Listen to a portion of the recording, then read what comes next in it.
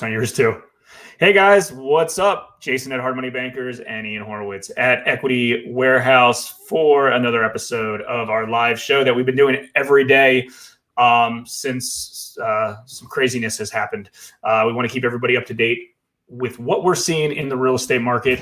And also we've been bringing on a lot of industry experts as well, so they can share their experiences with everybody.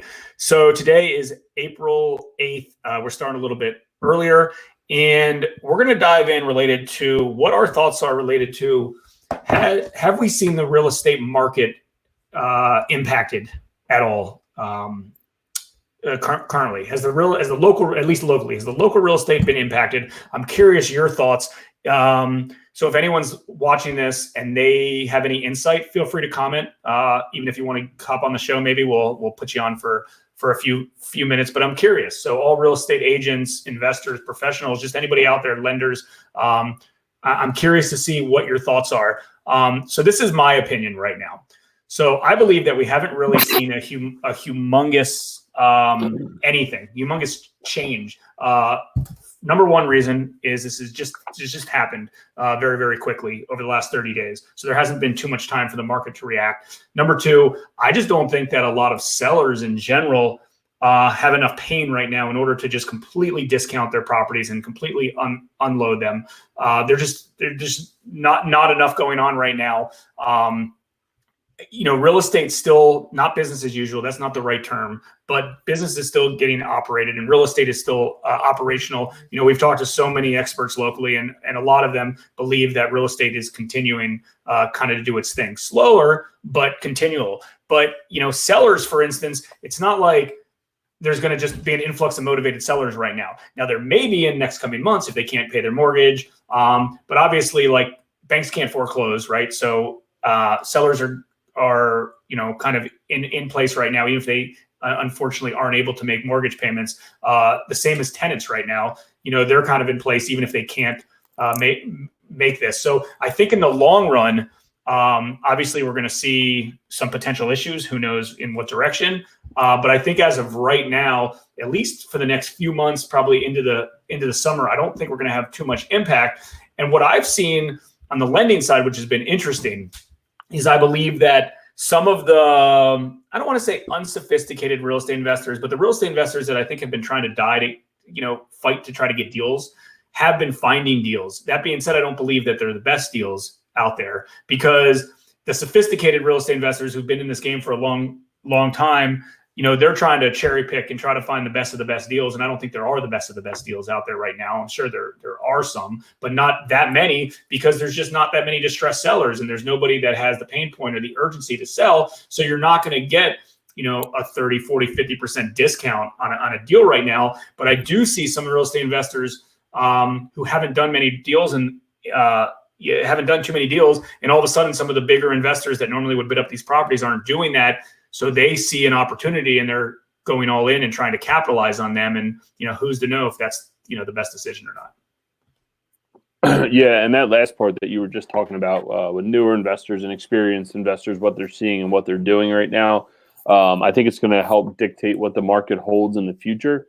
With that being said, when you look at experienced real estate investors, obviously they have a certain metric that they're trying to meet. Is that metric moving up? Is it moving down? Is it moving left? Is it moving right? What's it doing right now? From what we've seen and what we're dealing with, there's still deals out there. How you want to deploy your capital and what you're looking to do and what your overall goal to achieve is. There's still deals out there for you. It's just a matter of you having your business plan or what you're looking to do inside of your portfolio, whether it's flipping, wholesaling, owning properties, whatever it may be. There's definitely deals out there. It's just, how are you matching your message? How are you connecting with sellers? How are you connecting with buyers? If you're a real estate agent, how are you navigating certain situations right now? The other part where you're bringing up newer investors, it might be a very scary time. Things aren't as clear cut, but it is a great time right now to go out, take action, gather your team, assemble your team. Now's a great time to find contractors that are slow on work. Now's a great time to come up with a what your business plan is going forward, and how you're going to implement it, especially since everyone is on downtime. I know I was just talking to Jason about a few ideas that we personally had over here at Equity Warehouse and implementing them now, because we see a fit in the market for what we're about to implement, and the question is, how do you bring it to market right now? The good news is that everybody is kind of on a down, I don't want to say downturn, but everyone's, paused right now. So it kind of gives you a competitive advantage, to the fact that somebody's not getting ahead of you. You're there right next to them and you're both moving, and it's not like someone could just go out and do something tomorrow. Everyone's kind of moving at a slow pace right now. Over the long term, sorry, go ahead. Go ahead. I was just going to say, over the long term, look, betting on real estate is similar to betting on the stock market. When you bet on the stock market, you're betting on the American economy. It's a similar situation with real estate, right? Everybody needs a place to live. How those properties are getting funded, what are they being utilized for, again, goes back to, what's going on in the economy. So, yes, right now, I know we discussed it yesterday briefly, is that in the short term, there's not going to be a major hiccup. The major hiccup we potentially see is further down the line, when there's realized losses, when people can't catch up on mortgage payments or rent payments. Obviously, rent evictions will go up a little bit quicker than mortgage foreclosure, just because of the time process. But if you start to see evictions going up, most likely you're going to see foreclosures go up, and you're looking at 12 to 18 months, potentially 24 months, depending how these situations are handled by the government, and everywhere else. Yeah, I mean, time will tell. No one's gonna be able to judge this exactly right. And what we've been kind of talking about, which we're implementing in all of our businesses, is if there's a good opportunity right now, take advantage of it. If there's a good opportunity tomorrow, take advantage of it. And it doesn't matter when that opportunity comes in. If it's a good one, jump in. And guess what? If you're in this for the long play, the long term, really, equity is somewhat of a fake number. If you're Ian and you're buying rental properties right now, today it's worth 100, maybe tomorrow it's worth 90. But guess what? You have it stabilized and you have a good tenant in place and you have a good asset. And long term, it's going to be fine. You don't really have to worry as much. Obviously, it would be great if you bought it today at 100 and it's worth 110 tomorrow. But let's say it's worth a little bit less, and it continues to decline. As long as the rental rates work, the deal ends up working. So, I mean, I'll tell you that personally, I've seen opportunities right now. Now, that being said, we're a little bit more proactive inside the markets, just because we have access to a lot of I'm looking at a lot of deals on a regular basis. So like, I see opportunities, and we put properties under contract. We're still actively lending. So there's a lot of positivities that I see. That being said, I do think it's hard if either you're just getting into the game or you're a real estate investor who hasn't done much marketing, doesn't have a huge presence yet, just hasn't put in the heavy lifting. I think that's going to be hard to find opportunities, because they're not just going to jump out at you. I mean, that being said, a lot of the bigger investors who were reliant on doing tons and tons of deals, they were buying at auctions, because let's be honest, most of these auctions, at least offline, are kind of not operational right now. The online stuff is, but everyone's looking for deals. But I don't believe that some of the bigger real estate investors are going to continue to hop in and just buy whatever deal they get their hands on, because in the past they would get skinny margin deals and they make it up for volume. So some of those investors will be kind of sidelined for now, but you got to be careful as a newer investor to jump in on a deal. Just because it was a good deal a month ago might not make it a good deal today. And you got to be smart related to how you're looking on it. I mean, I get calls from all of our repeat borrowers and a lot of other real estate investors that are reaching out, obviously, to see if we're still lending. And we have been actively lending, and we're not going to stop lending. There's no need to, right? Are we going to adjust our metrics? Are we going to adjust our underwriting? Absolutely. And we are. Yes, our clients are going to need a little bit more cash to close. Yes, they're going to need to have a good deal that's involved, right? A good deal in play. Like that's the game. I think a lot of people were not stuck, but they were used to kind of the way that things operated over the last 5 years, with you could buy a bad deal and not really execute very well on it, and you could still get out of it because the market was appreciating. You buy a deal today, you sell it tomorrow, and you still make a little bit of profit, and you kind of didn't even really know what you're doing, but it still worked. And don't get me wrong, that's a fine thing to do. There's nothing wrong with that, right? Like that works, but that might not happen right now. That being said, you can still buy an opportunity and still make money in this particular market. And, I know we're always going to be buying and lending, and you as well. If the market's going like this, the market's going like this, the market's going like this, and you just have to adjust accordingly. 100%. To go back real quick, to when you're talking about the big boys, not just locally, the guys that are big players, that are out, trying to get their hands on every single deal that's out there. But I've had some discussions with some of the bigger players that are closer to the REIT size levels, is that, they still actively, these guys are buying 2,000, 3,000 houses in a whole region. And hey, Glenn, I got my Carhartt shirt on. I'll explain in a second. Guys that are buying 2,000 to 3,000 houses in certain regions, the problem is that they can't get the Wall Street backed money.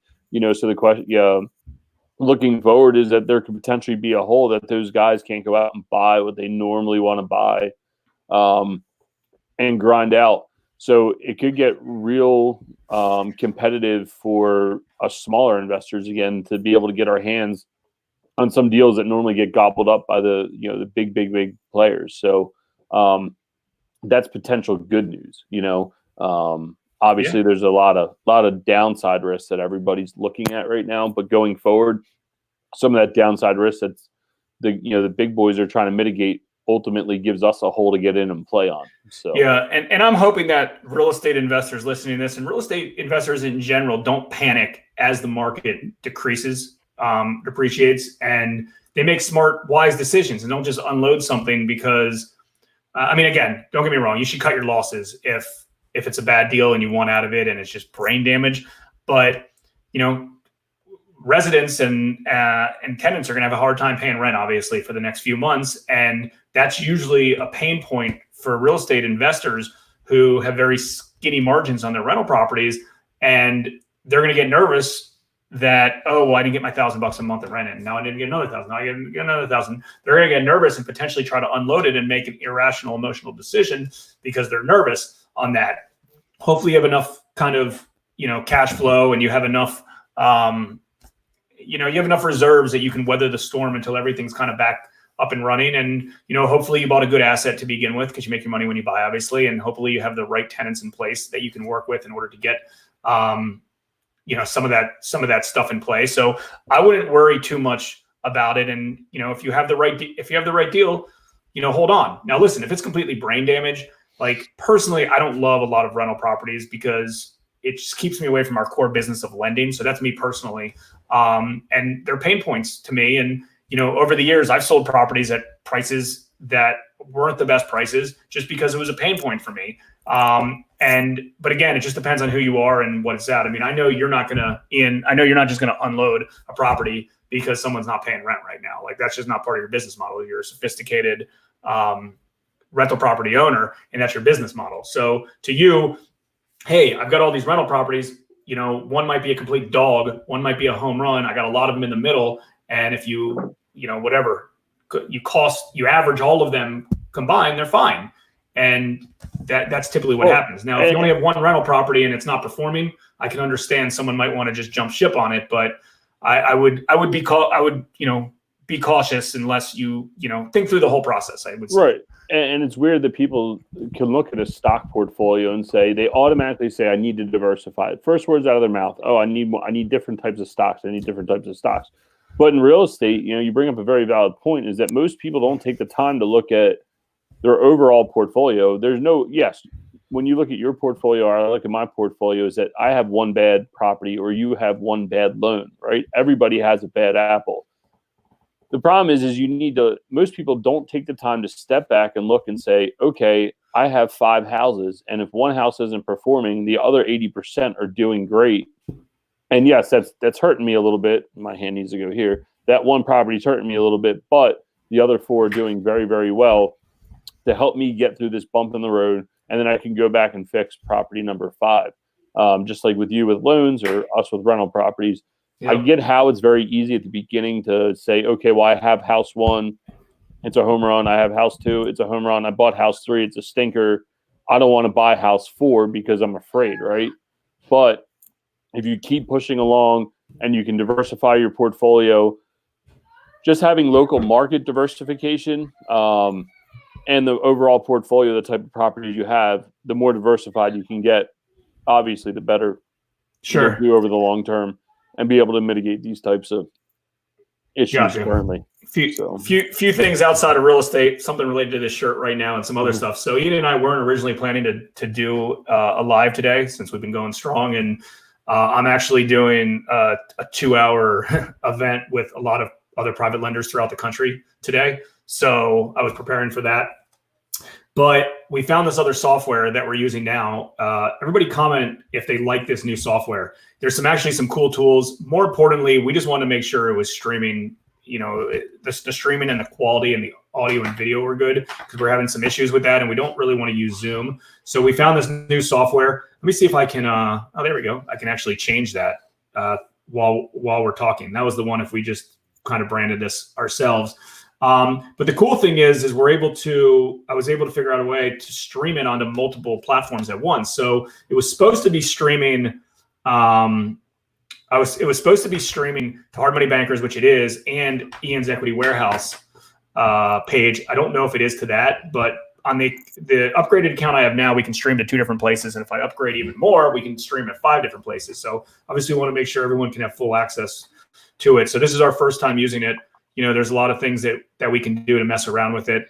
And this might be the one that Gary Vee uses, because I've been stalking his page to try to figure that out. And, we used BeLive for a while. I think Zoom has kind of the best, you can see each other the best on Zoom, but it doesn't have any branding or functionality. And I don't think it's meant to do that. And no, it's not Crowdcast. It's called StreamYard. StreamYard. Exactly. So it's like BeLive internally, and it's nice. And also as people comment, like Glenn just did here, it pops up. And the only reason I think it's the same one Gary uses is because his comments look like that.